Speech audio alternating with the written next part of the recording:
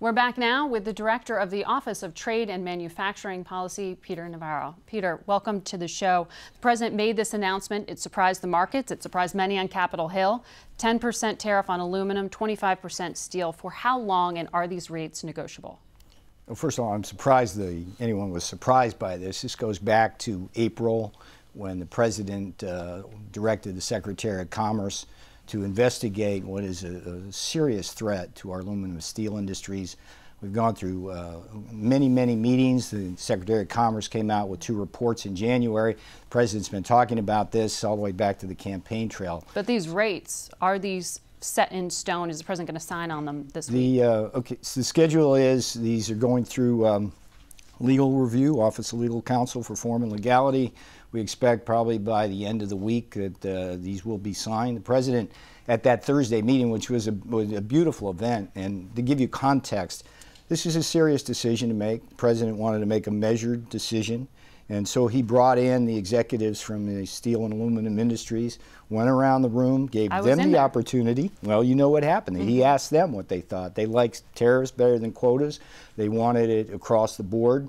And they wanted it open-ended so that would encourage maximum investment, and that's what the President came in at. You're right. The steel and aluminum CEOs love this, but those who use steel and aluminum in their products, car makers like Honda, like Ford, are already saying they're going to be increased costs to them, and they may pass those on to consumers. And what are your projections on that? My projections is there's negligible to nothing effects, and let me just do a little numbers for you.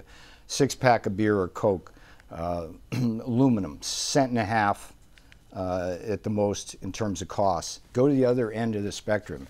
One of the greatest planes ever made, the Boeing 777, $330 million aircraft, 10% tariff on aluminum raises the cost of that by $25,000. Has Boeing given you that number, or is that your projection? We calculated that. It's a good number. It's inside. It won't be challenged.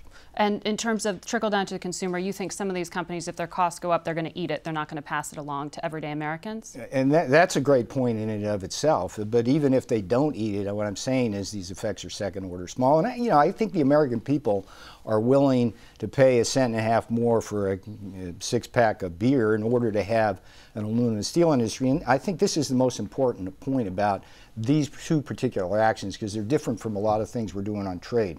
The President said correctly that we don't have a country unless we have an aluminum industry and a steel industry. And I can tell you right now that aluminum is on life support. We've lost 6 smelters since 2013. We're down to 5 smelters. Only 2 of them are at full capacity.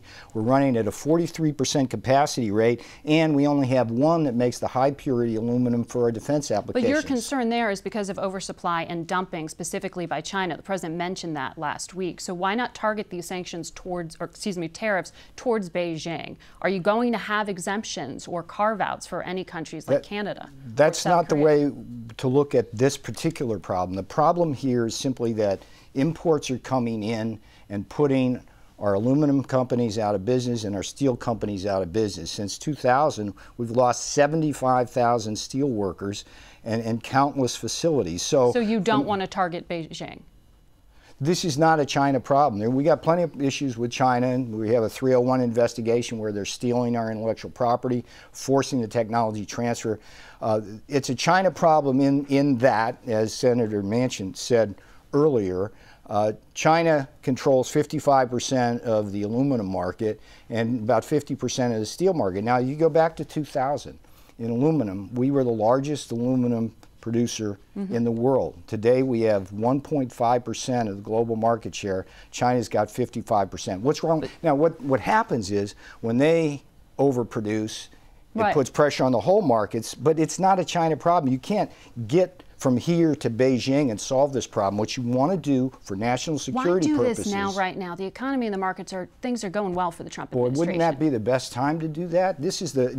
And look, the President, going back 20 years, has identified problems with the loss of our manufacturing and defense industrial base. That's what we're doing here. Okay. We need an aluminum industry and a steel industry. The President stood up against the swamp, and he's giving the people what we need. And we will wait to get those details later this week, Peter. Absolutely. Thank you. We'll be back in a moment.